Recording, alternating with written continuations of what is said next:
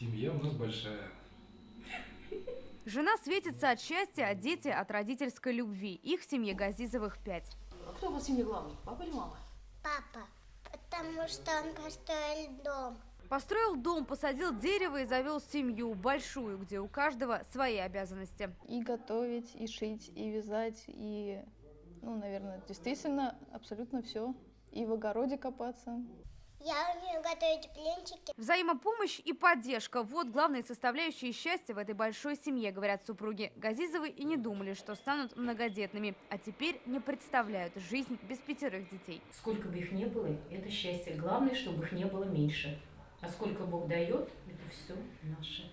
Не бояться и идти по жизни за руки. Решение принимать сообща. Жизненная кредо Газизовых. Не надо ни на кого надеяться. Надо надеяться на себя, на свое здоровье, на своих родителей, близких, родственников. И когда мы все вместе, наш девиз: когда мы едины, мы непобедимы.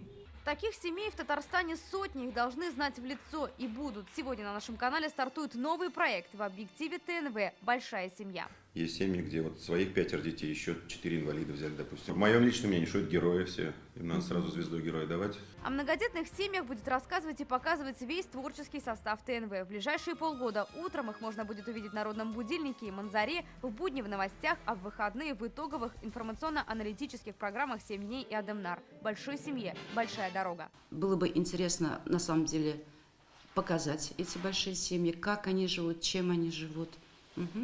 Потом нас интересует на самом деле и многодетная семья в разрезе государственной политики, какие законы приняты и как, главное, эти законы работают. Пристальное внимание в рамках проекта не только тем, у кого своих много, но и тем, кто взял в семью еще и приемных детей. Каждую субботу наш телеканал будет организовывать большое семейное путешествие. Оно так и будет называться «Выходной с ТНВ». В путевом листе Болгар, Свияжск, Казанский Кремль, аквапарк. Мы внутри телекомпании убеждены, что много – это хорошо. Счастье в большинстве – это слоган проекта и тема детского конкурса сочинений. Историю своего большого семейного счастья можно будет присылать на электронный адрес. Его вы видите на экране. Авторы 3 лучших работ получат призы от ТНВ. Символично, что проект стартует именно сегодня, в Международный день семьи. Продлится он до октября, а закончится большим шоу. Адель Кламиц, Андерсен Тальцев, Гульнара Тимуршина, Шавкат Гиматуддинов. ТНВ, Казань.